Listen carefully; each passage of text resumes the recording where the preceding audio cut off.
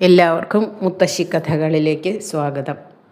പഞ്ചതന്ത്രം കഥകളിലെ 8 കഥകൾ നമ്മൾ ഇപ്പം കേട്ട് കഴിഞ്ഞു. 9ാമത്തെ കഥയാണ് മിത്രഭേദം എന്ന തന്ത്രത്തിലെ 9ാമത്തെ കഥയാണ് ഇന്ന് പറയുന്നത്. കഴിഞ്ഞ തവണ നമ്മൾ കേട്ടത് കാക്കകൾ കൃഷ്ണസർപ്പത്തിൻ്റെ ഉപദ്രവം നീക്കിയ കഥയാണ് അല്ലേ? അപ്പം ദമനകൻ പറയണത് പരാക്രമം കൊണ്ടൊന്നും കാര്യം നടക്കില്ല, സൂത്രം പ്രയോഗിച്ചിട്ട് വേണം കാര്യം നേടാൻ, ബുദ്ധിയുള്ളവനാണ് ശക്തൻ എന്നാണ് ദമനകൻ പറയണത്. അപ്പോൾ സിംഹത്തിനെ ഒരു മുയൽ വീഴ്ത്തിയ കഥ കേട്ടിട്ടില്ലേ എന്ന് കരടകനോട് ചോദിക്കുമ്പോൾ കരടകൻ ആ കഥ അറിയില്ല, പറയാൻ പറയും. അങ്ങനെ ആ കഥയാണ് ഇന്ന് ദമനകൻ പറയണത്. അത് നമുക്കും കേൾക്കാം. ഒരു കാട്ടിൽ ഭാസുരകൻ എന്നൊരു സിംഹമുണ്ടായിരുന്നു. ഈ പഞ്ചതന്ത്രം കഥകളിലെ ഓരോ മൃഗങ്ങളാണെങ്കിലും അവരുടെയൊക്കെ പേരുകൾ നല്ല രസമുള്ളതാണ് അല്ലേ? പിങ്കളകൻ, ദമനകൻ, അതുപോലെ സഞ്ജീവകൻ, നല്ല പേരാണ് അല്ലേ? അതുപോലെ ഇപ്പോഴത്തെ ഈ സിംഹത്തിൻ്റെ പേര് ഭാസുരകൻ എന്നാണ്. അവൻ നല്ല ശക്തനായൊരു സിംഹമാണ്. സിംഹത്തിൻ്റെ കാര്യം നമുക്കറിയാലോ. ഒരുപാട് മൃഗങ്ങളെ കൊന്ന് ഇങ്ങനെ സുഖമായിട്ട് ആ കാട്ടിൽ അവനെങ്ങനെ ജീവിച്ചു പോരുമായിരുന്നു. ഒരു ദിവസം ആ കാട്ടിലെ മൃഗങ്ങളെല്ലാവരും കൂടി ഒത്തുചേർന്നിട്ട് ആ സിംഹത്തിൻ്റെ അടുത്ത് പോയി പറഞ്ഞു, പ്രഭോ, അങ്ങേക്ക് ഒരു ദിവസം ഒരു മൃഗത്തിനെ കിട്ടിയാൽ വിശപ്പ് മാറുമല്ലോ. ഇന്ന് മുതൽ അങ്ങ് ഇവിടെ ഇങ്ങനെ ഇരുന്നാൽ മതി. അങ്ങയ്ക്ക് തിന്നാൻ ദിവസേന ഞങ്ങളിൽ ഓരോ മൃഗങ്ങൾ ദിവസവും ഇങ്ങനെ അങ്ങയുടെ അടുത്തേക്ക് വന്നോളാം. അപ്പോൾ അങ്ങയ്ക്ക് ഇര തേടി ബുദ്ധിമുട്ടേണ്ട ആവശ്യമില്ല. ഞങ്ങൾക്ക് ഇതെല്ലാത്തിനും കൂടെ പിടിച്ച് കൊന്നു കഴിഞ്ഞാൽ സർവനാശം വരും. അപ്പം ഞങ്ങൾക്കും സർവനാശം പറ്റില്ല ഇങ്ങനെയാവുമ്പോൾ. ഇതാണ് രാജധർമ്മം, ഇങ്ങനെയാണ്. അവനവന് വിശപ്പിന് ഉള്ളത് മാത്രം ഭക്ഷിക്കുക, അങ്ങനെയാണ്. അപ്പോൾ പ്രജകൾ മുഴുവൻ നശിച്ചാൽ രാജാവും നശിച്ചു പോവും. അപ്പോൾ പ്രജാക്ഷേമം ആഗ്രഹിക്കുന്ന രാജാവിന് ക്ഷേമം ഉണ്ടാവുള്ളൂ എന്നൊക്കെ ഈ മൃഗങ്ങളെല്ലാവരും കൂടി പോയി പറഞ്ഞു. ഭാസുരകൻ അത് സമ്മതിച്ചു. എന്നാൽ എല്ലാ ദിവസവും ഒരു മൃഗം വന്നിട്ടില്ലെങ്കിൽ ബാക്കി എല്ലാ മൃഗങ്ങളെയും ഞാൻ കൊന്ന് തിന്നുകളയും എന്ന് ഭീഷണിപ്പെടുത്തി സിംഹം. മൃഗങ്ങളൊക്കെ അങ്ങനെ ആവാം എന്ന് പറഞ്ഞ് സത്യം ചെയ്തിട്ട് പോയി. പതിവായിട്ട് ഓരോ മൃഗവും സിംഹത്തിൻ്റെ അടുത്തേക്ക് അങ്ങനെ പോയിക്കൊണ്ടിരുന്നു. ഒരു ദിവസം ഈ മുയലിൻ്റെ ഊഴം വന്നു. അവന് പോവാൻ ഒരു താല്പര്യവും ഇല്ല, ചാവാനാണ് പോണതേ. അപ്പോൾ ആർക്കെങ്കിലും താല്പര്യം ഉണ്ടാവുമോ? സിംഹം ഇവർ ചെല്ലുമ്പോഴത്തേനും ചാടി വീഴും, കൊല്ലും, തിന്നും. അപ്പം ഈ മുയലിന് തീരെ താല്പര്യമില്ല. പക്ഷേ ചെല്ലാതിരുന്നാൽ ബാക്കിയുള്ളവർക്കും അപകടമാണ്.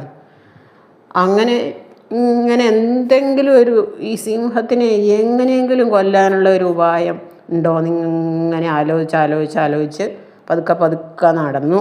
അങ്ങനെ സിംഹത്തിൻ്റെ അടുത്തേക്ക് പോവാണ്. സമയം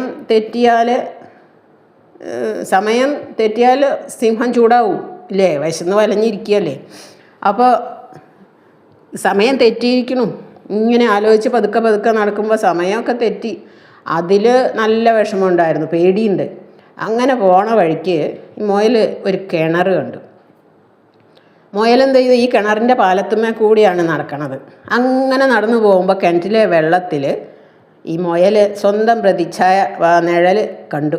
അപ്പോൾ ഭാസുരകനെ കൊണ്ടുവന്നിട്ട് ഈ കിണറ്റിൽ വീഴ്ത്താൻ എന്തെങ്കിലും ഉപായം ഉണ്ടോ എന്നൊന്ന് നോക്കണം എന്നിങ്ങനെ ചിന്തിച്ച് അവൻ സന്ധ്യയാവാറായപ്പോൾ ഭാസുരകൻ്റെ അടുത്തെത്തി. വിശന്ന് പൊരിഞ്ഞിട്ട് ശുണ്ഠി എടുത്ത് ഇരിക്കുകയാണ് രാജാവ്. അപ്പോൾ സത്യം തെറ്റിച്ച ജീവികളെ കൊന്ന് കാട് മുഴുവനും ശൂന്യമാക്കണം എന്നൊക്കെ ആലോചിച്ചിരിക്കുകയായിരുന്നു ഭാസുരകൻ. അപ്പം മുയലിങ്ങനെ പതുക്കെ ചെന്നൊന്ന് നമസ്കരിച്ചു. അപ്പോൾ ഭാസുരകൻ ദേഷ്യപ്പെടാൻ തുടങ്ങി. ഞാൻ നിന്നെ കൊന്നു തിന്നിട്ട് കാട്ടിലെ എല്ലാ മൃഗങ്ങളെയും കൊന്നു തിന്നാൻ പോവുകയാണ്, എന്താ എത്ര നേരം വൈകിയേ എന്ന് ചോദിച്ചു.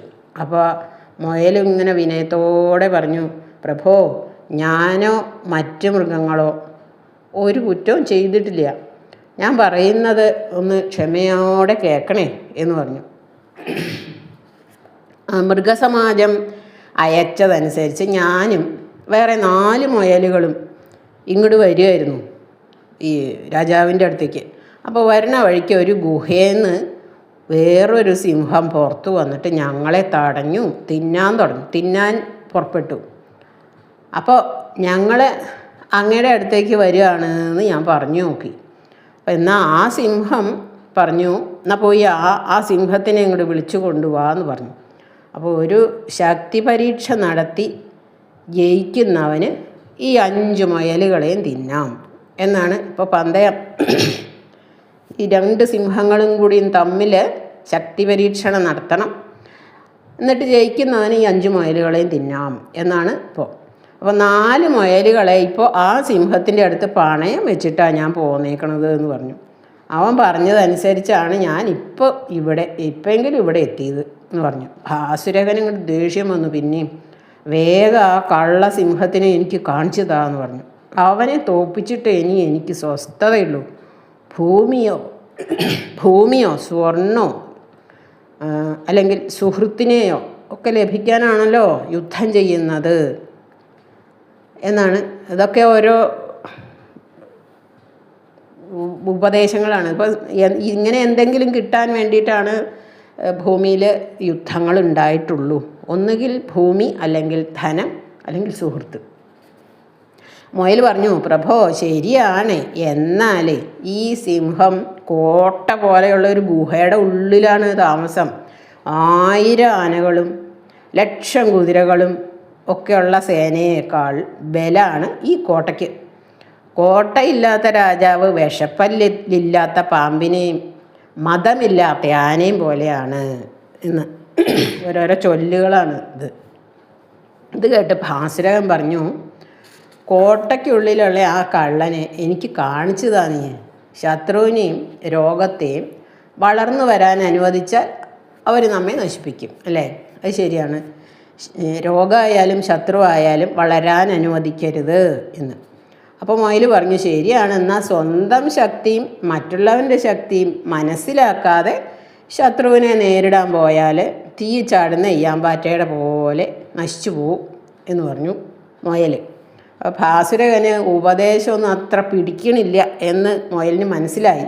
അപ്പോൾ വേഗം മറ്റേ സിംഹത്തിനെ കാണിച്ചു കൊടുക്കുക, എന്നാൽ വരൂ എന്നും പറഞ്ഞിട്ട് മുമ്പിൽ നടന്നു. കിണറിൻ്റെ അടുത്ത് എത്തിയപ്പോൾ അവൻ പറഞ്ഞു, ആ കള്ള സിംഹം അങ്ങേ കണ്ട് പേടിച്ചിട്ട് കോട്ടയിൽ ഒളിച്ചിരിക്കുകയാണ്, വരൂ ഞാൻ കാണിച്ചു തരാം എന്ന് പറഞ്ഞു. ഇതും പറഞ്ഞ് അവൻ ആ കിണർ കാണിച്ചു കൊടുത്തു. ആ വിഡ്ഢിയാണ് സിംഹം. വിഡ്ഢിയായിട്ടുള്ള ആ സിംഹം കിണറ്റിലെ വെള്ളത്തിൽ സ്വന്തം പ്രതിച്ഛായ കണ്ട് കോപിച്ച ഒരൊറ്റ അലറി. അപ്പോൾ ആ കിണറ്റിൻ്റെ ഉള്ളിൽ നിന്ന് മാറ്റൊലി വന്നു. ഈ സിംഹം അലറിയതിൻ്റെ മാറ്റൊലി കേട്ടു. അപ്പോൾ കിണറ്റിലെ ശത്രു അലറുവാണെന്ന് ഈ സിംഹം വിചാരിച്ചു. അപ്പോൾ അവനെ പിടിക്കാൻ വേണ്ടി ഈ കിണറ്റിനകത്തേക്ക് അങ്ങ് ചാടിയപ്പോൾ അത് മുങ്ങിച്ചത്ത് പോവുകയും ചെയ്തു. ഇതാണ് മുയലിൻ്റെ സൂത്രം. അപ്പോൾ മുയൽ സന്തോഷത്തോടെ പോയിട്ട് വിവരം മറ്റുള്ള മൃഗങ്ങളോടൊക്കെ പറഞ്ഞ് ആ മൃഗങ്ങളൊക്കെ സുഖമായിട്ട് കഴിഞ്ഞു ആ കാട്ടിൽ. അതുകൊണ്ടാണ് അതുകൊണ്ടാണ് ഞാൻ പറയണത്, ബുദ്ധിയുള്ളവനാണ് ശക്തൻ. ഞാൻ പിങ്കളകൻ്റെ അടുത്ത് പോയിട്ട് ബുദ്ധിശക്തി പ്രയോഗിച്ച് ആ ചങ്ങാതിമാരെ 2 പേരെയും വേർതിരിക്കാൻ ശ്രമിക്കും. എന്തായാലും പിങ്കളകനും സഞ്ജീവകനും കൂടി വലിയ ഫ്രണ്ട്ഷിപ്പാണ് ഇപ്പോൾ. അതുകൊണ്ട് ഈ ഇര പിടിക്കാനൊന്നും പോകണില്ല ഈ പിങ്കളകൻ. അതുകൊണ്ട് ബാക്കിയുള്ള മൃഗങ്ങൾക്കൊന്നും ഇപ്പോൾ വിശപ്പ് മാറണില്ല, തിന്നാനൊന്നും കിട്ടണില്ല. സിംഹം ഭക്ഷിച്ചതിൻ്റെ ബാക്കി മാംസമാണ് മറ്റുള്ള മൃഗങ്ങളൊക്കെ തിന്നാം. അപ്പോൾ ഇവർക്ക് വിശപ്പിനൊന്നും കിട്ടണില്ല. അതാണിപ്പോൾ പ്രശ്നം, അല്ലേ? അപ്പോൾ പിങ്കളകൻ വിശേഷം ചോദിച്ചു. കരടകൻ അനുജനെ ആശീർവദിച്ചയച്ചു, നന്നായി വരട്ടെ എന്നും പറഞ്ഞ്. ദമനകൻ സഞ്ജീവകനില്ലാത്ത സമയം നോക്കി പിങ്കളകൻ്റെ മുമ്പിൽ ചെന്നു നമസ്കരിച്ചു.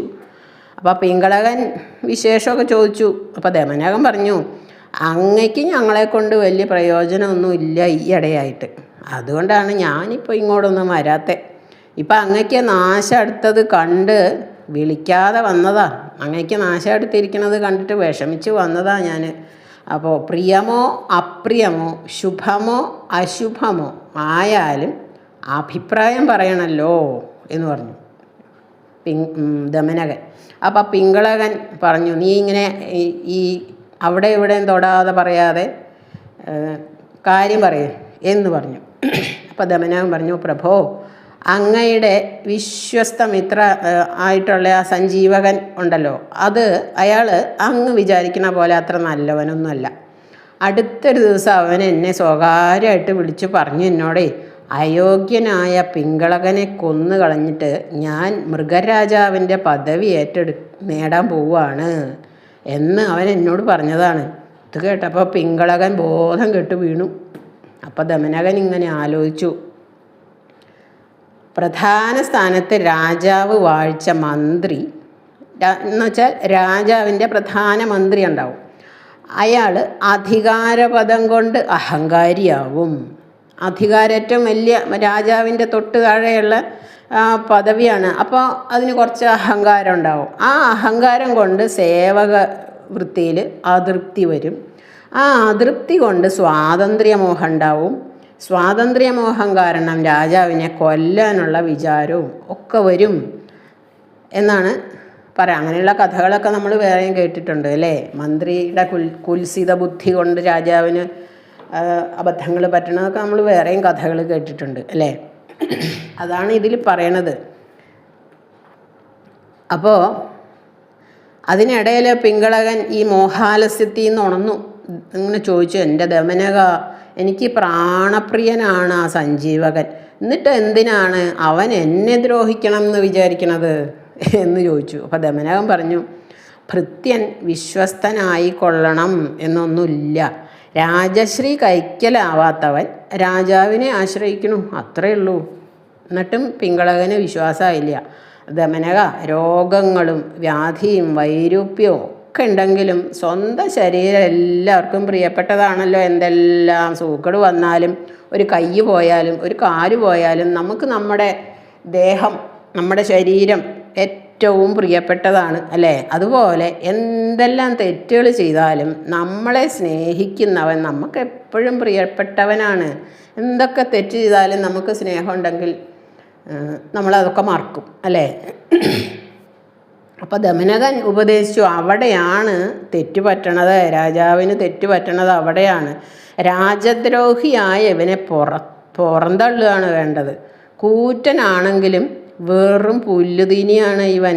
നമ്മുടെ ശത്രുക്കളെ തോൽപ്പിക്കാനൊന്നും ഇവനെ കൊണ്ടാവില്ല എന്ന് പറഞ്ഞു ദമനകൻ.